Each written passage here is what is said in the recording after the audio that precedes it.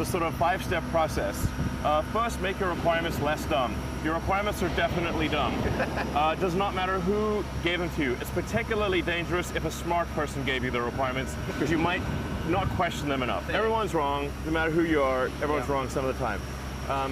So make your requirements less dumb. Then try very hard to delete the part or process. This is actually very important. If you're not occasionally adding things back in, you are not deleting enough. Right. The bias tends to be very strongly towards, let's add this part or process step in case we need it. But you can basically make in-case arguments for so many things. And for a rocket that is trying to be the first fully reusable rocket, there's never been a fully reusable rocket. People don't understand. Like, this is like the holy grail of rocketry, 100%. Okay? And so you got to delete the part or process step, super important, and you can't like hedge your bets. That's why the grid fins, for example, do not fold down, because that's a whole extra mechanism that we don't need. And also, whatever requirement or constraint you have, it must come with a name, not a department.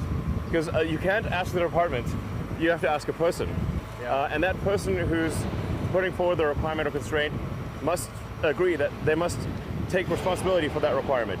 Otherwise, you can have a requirement that basically an intern 2 years ago randomly came up with off the cuff, and they're not even at the company anymore. These things are often just way more silly than you'd think. Okay, so step 1, make your requirements less dumb. Step 2, delete the part or process step. If you're not adding things back in 10% of the time, you're clearly not deleting enough. Right. And then only the third step is simplify or optimize. The third step, not the first step. The reason it's the third step is because it's possibly the most common error of a smart engineer is to optimize a thing that should not exist. Everyone's been trained in high school and college that you got to answer the question, convergent logic. Yep. So you can't tell the professor your question is dumb, you'll get a bad grade.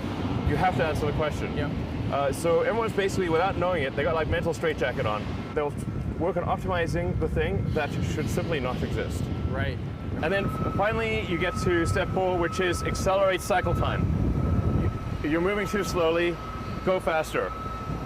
But don't go faster until you have worked on the other 3 things first. Gotcha. You can always make things go faster.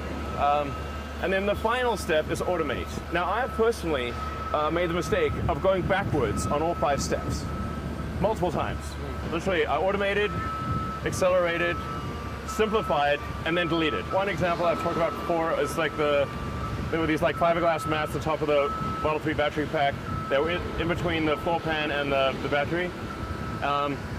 And it was one point choking the battery pack production line, and I was like basically living on the battery pack production line, like trying to fix the line. It was like choking the entire Model 3 production program. So the first mistake was I like tried to fix the automation, like make the robot better.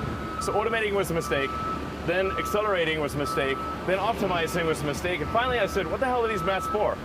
And I asked the battery safety team, what are these mats for? Are they for fire protection or something? They said, no, they're for noise and vibration. Then I asked an NBA noise vibration harshness team, what's it for? They said fire safety. So literally, it was like being in a Dilbert cartoon, okay? It was like, actually, I feel like I'm in a Dilbert cartoon quite frequently. So then finally, okay, great. Let's try a car with the fiberglass mats and without. And they put a microphone in both and see if you can tell the difference. You cannot. In fact, I was like, which one is which? So we just deleted them and just bypassed this $2 million robot cell. It was just a complete pile of nonsense.